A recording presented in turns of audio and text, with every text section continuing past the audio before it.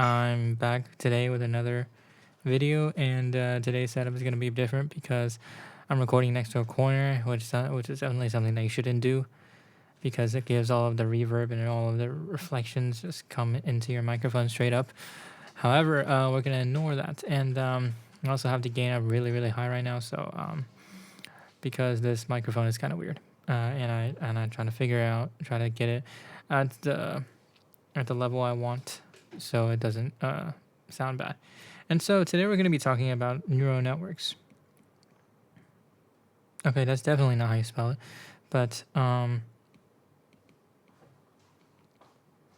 okay. So to really understand what neural networks do, and today is just going to be a rough understanding. I'm going to tell you what I kind of understand about it. Is that so you always hear these phrases like a computer that learns or a computer that does blah blah blah, but a computer learns by doing neural networks.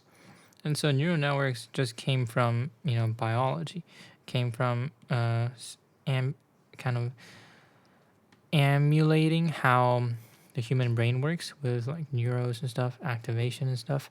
And so its big idea is to feed the computer a bunch of images and then kind of train it. So the very, very simple example would be, for example, you have a neural network, for example, consisting of a bunch of neurons. We're not going to draw those, and then consisting of a lot. And so we're going to give you like, okay, that's us. I'm going to give you a rectangle or a square with like a number inside. And so this neural network's job is to kind of identify the number. Okay, and so it's gonna do that by. It's actually kind of smart. So we got layers in the neural network. So for example, we got and all of this is gonna be the first one.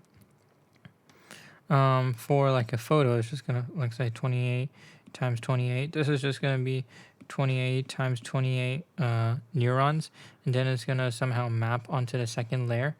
And this layer is sort of arbitrary, how much you want it to be, for the sake of this topic. It's kind of arbitrary of how long you want it to be, and so what you're gonna do is that you can sort of treat these neurons as numbers for right now, and then we're gonna get to some more stuff later on. And so what this does is that this one is just going to be a very pixelized inside of this grid essentially, and then these neurons are basically the grayscale numbers. And so one can maybe be gray here, be black here, doesn't matter. But these are just like the neurons that are kind of gray, represent what their grayscale kind of pattern is. And so that's something important to know. And then what's also important to know is that going on, we've got the next layer. The next layer, a lot of neurons kind of map to like the same one, and then they map to different others. And so in this layer, you can sort of treat it as, for right now, what 3B, 1B taught me is that, for example, you can kind of treat it as, okay, this layer is kind of identifying, well, the upstroke in this one, or like the stroke in this 7. And so it's kind of sort of, for example, this one is identifying that. This one's probably identifying the line here. This one's probably identifying the horizontal line. They're all identifying different things. And then I'm going to erase this. And then the next layer is going to be, okay, we're going to try to put, for example, let's say we're going to try to put boom, these two strokes together, and then this probably puts like, I don't know, these two strokes together, and then you have all of these strokes, and then at the end of the day, no matter how much layers, you're gonna get 10 neurons as your output because there's only 10 numbers. And so as a result, it gives you kind of a probability of how much these, it gives you like a number between 1 and 0 of how much these is basically the possibility of the outcome.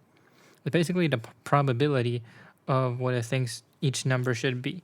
And so, yeah, that's pretty important to kind of note that. And so, at the end, it's just going to give you what the probability of what it's going to think it's going to be.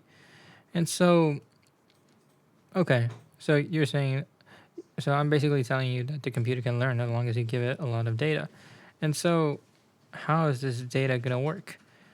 So there's something called like the activation function. We're gonna name it like whatever this Greek letter is, sort of like 6, but I'm just gonna name it, let's say alpha. And then it's just a function. For example, if we wanted to all be within 0 and 1, we can sort of use this function. I think it's like 1x plus 1 or something. I kind of forgot what this activation function was, but it squeezes everything onto 0 and 1. And so we get that. And then you have that. So for every neuron, there's gonna have a weight of what neurons activate what. And so all of the weights are gonna be like weight 1. Let's say this is, we're gonna name all of these A's, A1, and plus weight 2, A2, plus all the way to like weight N, AN. And then so you kind of want, for each neuron, you don't like just want it to be activated.